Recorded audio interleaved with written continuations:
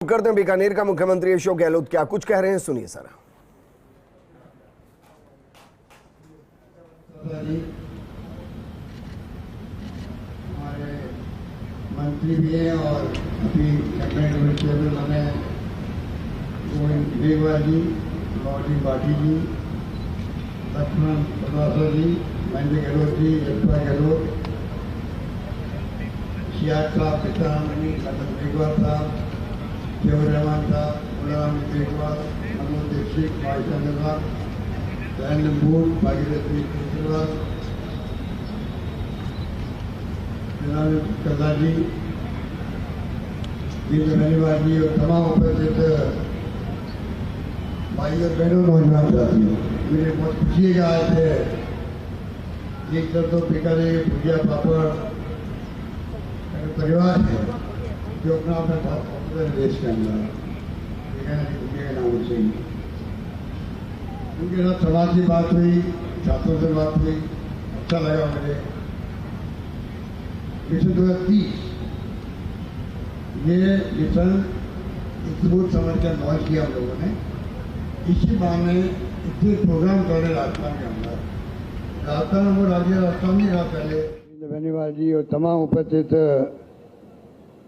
भाई और बहनों, नौजवान साथियों, मुझे बहुत खुशी है कि आज एक तरफ तो बीकानेर के भुजिया पापड़ का जो परिवार है जो अपना आप में बहुत पॉपुलर है देश के अंदर, बीकानेरी भुजिया के नाम से ही, उनके साथ समाज की बात हुई, कुछ छात्रों से बात हुई, अच्छा लगा मुझे।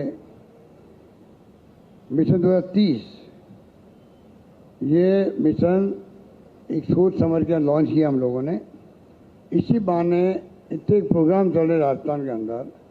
राजस्थान वो राज्य राजस्थान नहीं रहा पहले, खाली आकाश होके पढ़ते थे। अब बीकानेर वालों को मैं क्या समझाऊँ, आकाश होके की मार वहाँ बहुत पड़ती थी, कॉलेज के अंदर विशेष पड़ती थी।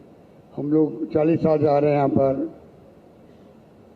गायों के लिए चारे का प्रबंधन करो, रोजगार के लिए व्यवस्था करो, पीने के पानी की व्यवस्था करनी पड़ती थी।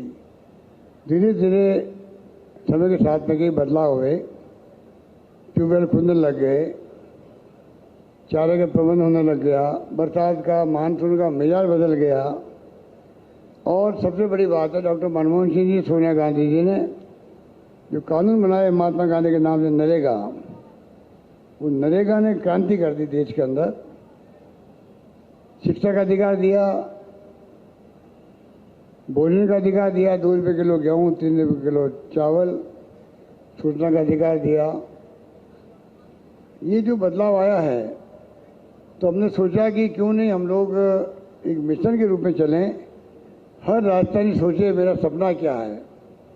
अब जैसे पापड़ भुजिया की बात है, तो मैंने कहा कि आप ये कल्पना करो 2030 तक आप कहाँ पहुँचना चाहते हैं, क्या क्या सुविधा सरकार आपको दे, सरकार से आपकी अपेक्षा क्या है।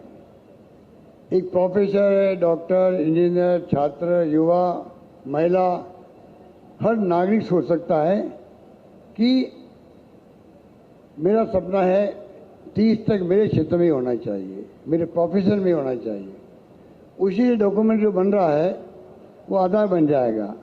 ऑफलाइन ऑनलाइन लोग दे रहे हैं, 2.5-3 करोड़ लोगों ने दे दिए हैं अनुभव। हालांकि हम जानते हैं अधिकांश लोगों ने शिकायत भी की होगी सरकार के बारे में, प्रशासन के बारे में, कुछ खामियां बताई होगी, आलोचना की होगी, उसको हम अच्छे ढंग से ले रहे हैं।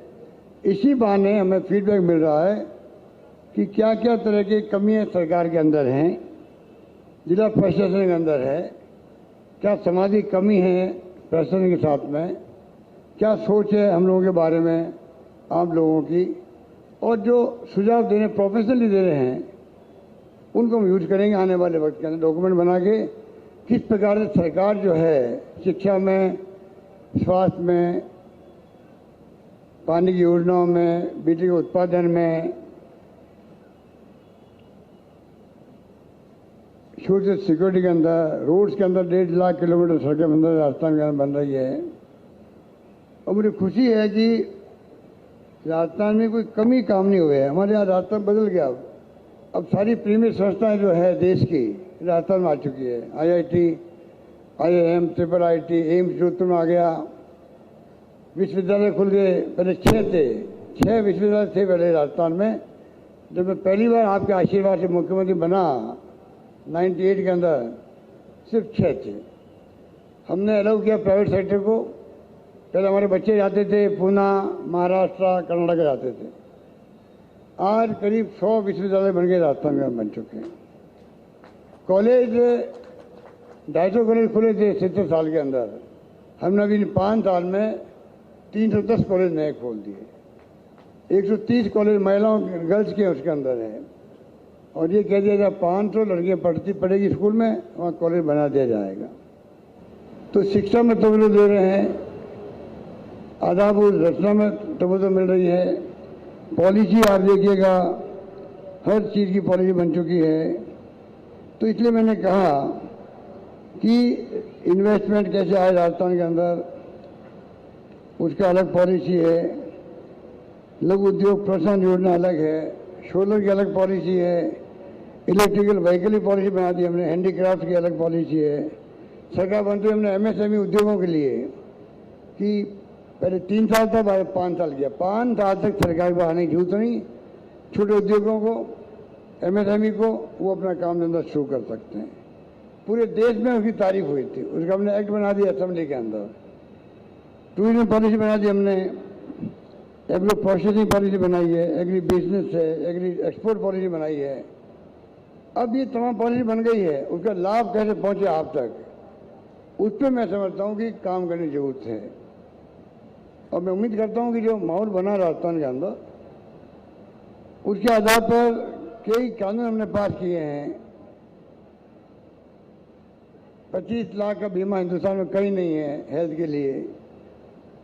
राइट टू हेल्थ का एक्ट बना दिया हम लोगों ने। कई कानून ऐसे पास किए जो हिंदुस्तान में कहीं पे भी नहीं है। तो मैं कैसे सुधारों के साथ में राजस्थान अब चर्चा में आ गया देश के अंदर। पहली बार राजस्थान हर राज्य में चाहे ओपीएस की बात हो, ओपीएस हमने लागू किया कर्मचारियों के लिए। तो वेलकम हुआ पूरे देश के कर्मचारियों के अंदर। हेल्थ स्कीम लागू की है आरजीएचएस कर्मचारियों के लिए हम लोगों ने।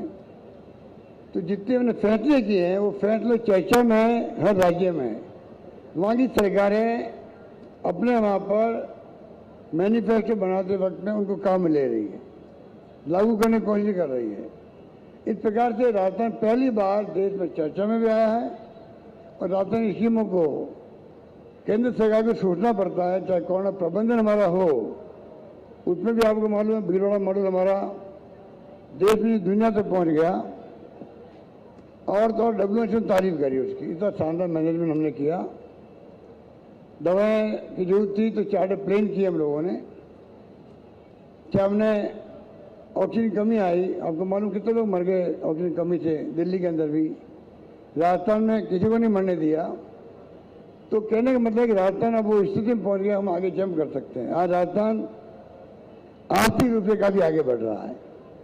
अभी अध्यक्ष जी कह रहे थे आपको, राजस्थान देश में बड़े राज्यों में नंबर 2 पर है। आंध्र प्रदेश नंबर 1, जिसकी जीडीपी 11.4% है। नंबर 2 राजस्थान, जहाँ 11.04% जीडीपी है उसकी। तो आप सोच सकते हो उत्तर भारत के राज्यों में राजस्थान नंबर 1 पर है देश के अंदर। इसका मतलब कुछ तो कर रहे हैं कि राजस्थान की सरकार। आज आधारभूत ढांचा तैयार हो रहा है, सर्विस सेक्टर मजबूत हो रहा है, इन्वेस्टमेंट आ रहा है, 10,50,000 के एमओयू साइन हो रहे हैं। सब नहीं आएंगे इन्वेस्टमेंट में, हमें मालूम है 50% मुश्किल से आएंगे, 50% आने लग गए हैं। तो जो फैसले किए हैं हमने, उसका कारण है कि आज उसके कारण से जीडीपी बढ़ रही है हमारी। इन 4-5 सालों में हमने 6 लाख करोड़ की जीडीपी बढ़ी है। 15 लाख करोड़ की जीडीपी हो जाएगी अभी इस साल के अंत तक। तो 30 के अंदर जीडीपी, स्टेट जीडीपी 30 लाख तक करने का हमारा इरादा है, जिससे कि आप तमाम सेक्टर के अंदर और मजबूती से फैसले कर सकें, मजबूती से आगे बढ़ सकें। तो मेरा मानना है कि जिस प्रकार से राजस्थान सरकार ने कदम उठाए हैं, गुड गवर्नेंस दी है, 3 लाख नौकरियां दे दी है। और तो और जो कॉन्ट्रेक्चुअल सर्विस में लोग थे 1 लाख के करीब, उनको पक्का करने का हमने फैसला कर लिया है। उनके नियम कायदे बन रहे हैं। कई लोग अभी तक भी छूटे हुए हैं, लगातार प्रयास हम कर रहे हैं किस प्रकार से हर कर्मचारी को स्थायी है अस्थायी है किस प्रकार संतुष्ट करें, ये हमारा प्रयास है। तो मेरा मतलब कि गुड गवर्नेंस का जो बात की जाती है, संवेदनशील, पारदर्शी और जवाबदेह प्रशासन, उस दिशा में हमने कोई कमी नहीं रखी है। इस रूप में काम हो रहा है। इसलिए मिशन 2030 की बात हमने की है। भाई ये डॉक्यूमेंट बन जाएगा, डॉक्यूमेंट आने वाले वक्त में काम आएगा, राजस्थान की आने वाली पीढ़ियों के लिए भी। 30 में कौन तो मुख्यमंत्री होगा, किस पार्टी की सरकार होगी, किसी को नहीं मालूम है। हमारा सरकार का कर्तव्य है हम अपने वक्त में क्या क्या कर सकते हैं, कोई कमी रखी नहीं है। पूरा देश इस बात का गवाह है, जानता है। ऐसे कानून पास कर दिए हिंदुस्तान दुनिया में कहीं नहीं है। तो कहने का मतलब ये है कि इस रूप में आज मिशन की बात की गई, इसलिए समाज रखा गया। मुझे खुशी है कि आप लोगों ने रुचि दिखाई, आप इतनी बड़ी तादाद में आप पधारे सब लोग। मैं आप सबका हार्दिक स्वागत करता हूँ। यही बात करता हूँ, मैं अपनी बात समाप्त करता हूँ। धन्यवाद, धन्यवाद।